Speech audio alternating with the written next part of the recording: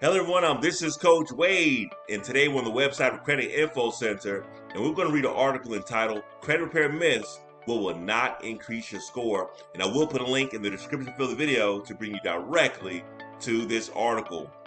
Now, when you make the decision to repair your credit, things may seem confusing. Everyone seems to have different opinion on what works and what doesn't. Here are 11 common myths that you should definitely be aware of. Myth number 1, you only have one credit score. The fact is you have many credit scores. There are hundreds of different scoring methods used for different types of loans in different companies. Your credit scores will be within a certain range, with a 25 to 50 point difference being the largest between them. If your credit scores show more variation, then there may be mistakes on one or more of your reports. You could also have a few accounts that only report to one credit reporting agency and not the other two. This is somewhat common. Check your credit report on file at each of the 3 major credit reporting agencies. That's going to include Experian, Equifax, and TransUnion. Creditors and other lenders view your different credit scores for different types of loans. You may want to verify them all for maximum accuracy. The most popular credit evaluation methods used by lenders are FICO and VantageScore. Check out the article entitled The Difference Between VantageScore and FICO to learn more. Myth number 2, checking your credit report will hurt your credit score. The fact is, checking your credit reports does not affect your credit score. This common myth may have gained momentum because lender inquiries, such as application for new credit card, do hurt your credit score. An inquiry from a credit company can decrease your credit score by up to 5 points. So if your credit score is a 650 and you try to open 6 credit cards in a week, expect to see your credit score drop by 15 to 30 points. Of course, this drop is temporary, but it will affect your credit card and loan options during the period. Why? Because a host of credit inquiries in a short period of time gives creditors the idea you might be credit shopping in an effort to buttress failing financial health. But when you request a copy of your credit report, that request does not count as a hard inquiry or inquiry at all. This is thanks to the rights given to all consumers through the Fair Credit Reporting Act, FCRA, which permits credit consumers to view their reports for free once every 12 months from each of the 3 credit reporting agencies. We show you how to get your free credit report. Do it at least annually. Myth number 3, you have to wait many years for negative item removal. The fact is, negative items can be removed from your credit report in as little as 30 to 45 days. While it's true that most negative items expire after 7 years, it does not mean that those negative items need to be dragging down your credit score for that much time. You can send a dispute letter and have those negative items more quickly removed from your credit history. A creditor has 30 days to investigate and respond to a negative item dispute. The countdown begins on the day the creditor receives your letter. Failure of your creditor to respond within 30 days gives you the right to request that the negative item be removed as per federal law. For some consumers, it's that easy. For others, though, the creditor will respond and you have more stages in disputes before the negative items are removed from your report. Diligent research and/or requesting the help of experts is vital to successful disputes. Even the slightest wording of your sentences can be the difference between having the negative item removed and having it stuck in your credit report for years. Although you're not doomed to wait many years for negative item removal, you are tasked with sending a dispute letter to your creditor to have the negative items removed more rapidly. Does credit repair really work? No, we think it does. Myth number 4, paying past due or debts in collection erases them. Now the fact is, paying the debt already in collections and showing as delinquent on your credit report will probably not impact your credit score much. Your credit score is calculated by a variety of factors. Positive payment history is the largest chunk, amassing 35% of your FICO credit score. Paying off old debts does not erase this negative mark in your report. When a debt is sent to collection, the original creditor has already lost money. Debt collecting agencies operate by paying your creditors a small percentage of your total outstanding debt. The rationale behind this is that your creditor is at least guaranteed some income, while the debt collecting agency takes on the full risk associated with the repayment of your debt. Debt collecting agencies are not the companies that issue credit lines, and as such, making late payments of debt to them does not boost your standing in the eyes of the potential creditors. There are ways around this. The most important thing you can do with old debt is getting written confirmation from the debt collecting agency of its legal rights to collect your outstanding debt. Then get a deletion in writing in exchange for a partial or full payment for the debt you have outstanding. The deletion in writing is needed as evidence to send to the credit bureaus for the best chance of erasing old paid debts from your credit report. Also beware of state statute of limitations on debt. A handful of your old debt accounts that have been passed on to debt collectors may be near expiration. Once your debt expiration passes, you are no longer going to face legal repercussions from your creditors for not paying the debt. For more options on how to squash your old debt, check out this complete guide to debt collectors by clicking on the hyperlink right here. Myth number 5, debt is just debt. Not all debt is the same. Paying a particular type of debt first will do wonders in boosting your credit score. This ties back to the myth above. Paying a debt that is in good standing will almost always improve your credit score. Paying a debt to a debt collector may have only a negligible impact on your credit score. If you have 2 credit cards with a credit limit of $1,000 on each card, if you maxed out both and are making the minimum monthly payments, the credit card companies love you. They're making all that interest from you. However, your credit score does not love you, even if you've never been late with any of your payments.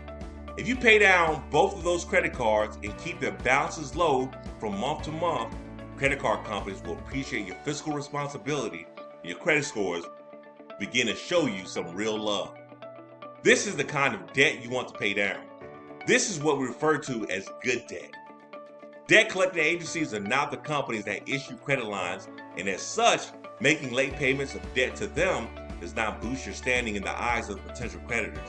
It is far better to focus on paying the debt you owe to your original creditors first. If you're not sure which to start with, check out this article. It matters which debts you pay first, and here's why. Ask your creditors for deletions in writing when paying large debts on which you missed payments.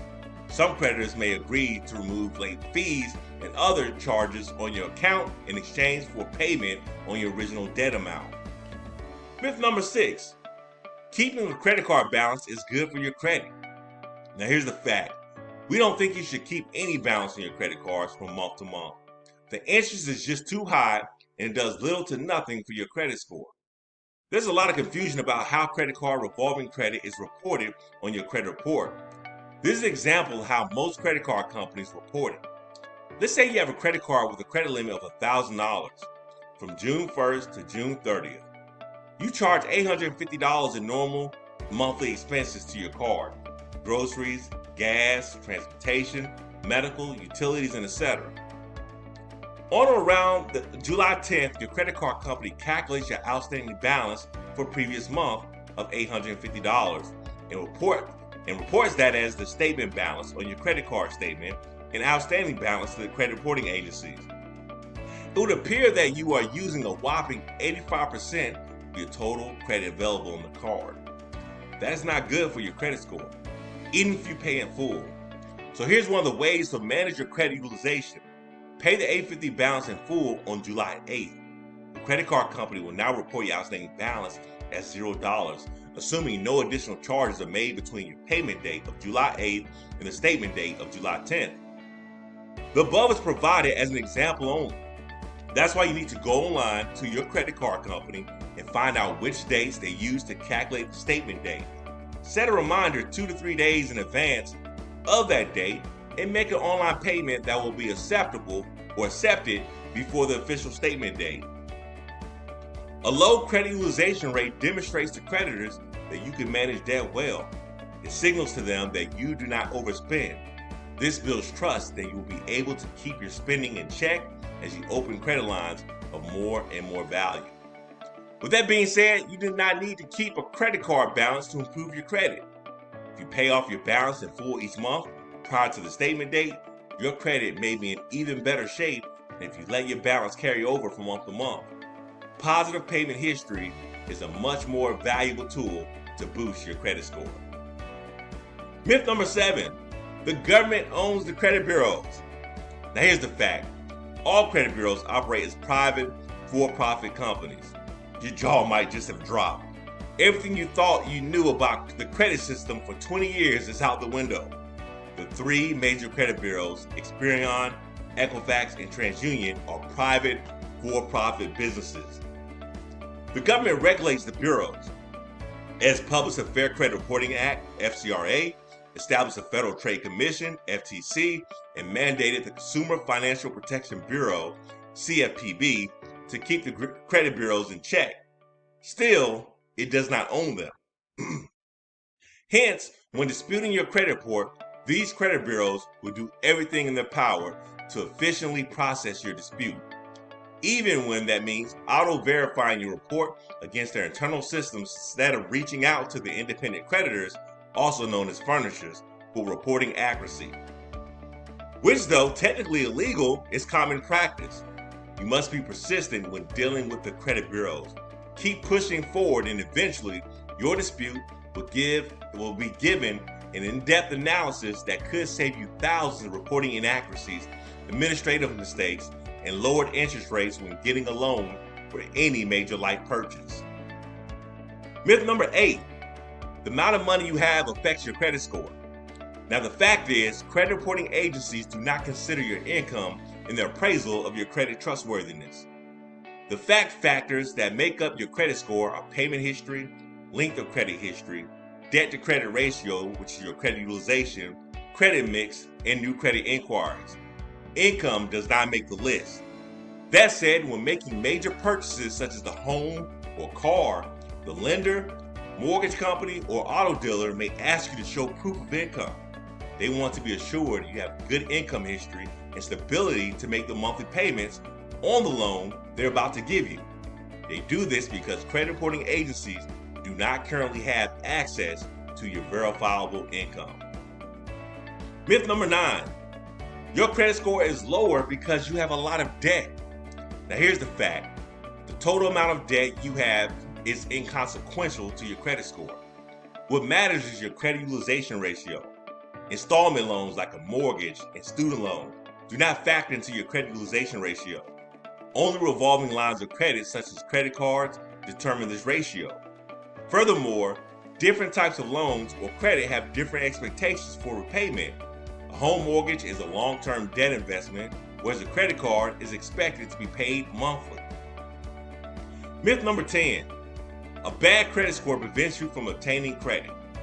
Now the fact is, a bad credit score does not prevent you from obtaining new lines of credit. Albeit as bad credit does hurt your chance of securing credit with more favorable terms, creditors are keen to offer good terms to consumers in good credit standing, as they know these consumers are trustworthy to repay their debts and have other good credit options. With a bad credit score, you're a later pick in the draft. 2 individuals with identical lives with different credit scores can expect different terms that may affect their future financial well-being. The individual with a good credit may have 1% interest rate and a smaller down payment. The individual with the worst credit will receive worse terms, perhaps a 2 to 3% interest rate in addition to a larger down payment. A bad credit score does not necessarily prevent you from obtaining credit. However, it will cost you more with higher interest rates and larger down payments. If you have a lower credit score, we've detailed some of options in our article, The Best Credit Cards for Bad Credit or No Credit. Myth number 11, credit cannot be rebuilt. The fact is, credit can be rebuilt. Your credit report is meant to reflect your ability to manage debt and uses data over time to calculate a credit score. Bad credit is mainly due to missed payments, large credit utilization ratios, and lack of payment history. To rebuild your credit, do the opposite. Pay your payments on time, every time. Keep your rolling account balance below 30% of the total line of credit available. Or even better, pay your balances in full each month. Keep your old credit card accounts open.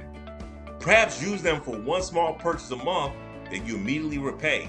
As you incorporate these positive credit habits, your credit score will begin its ascent to 850.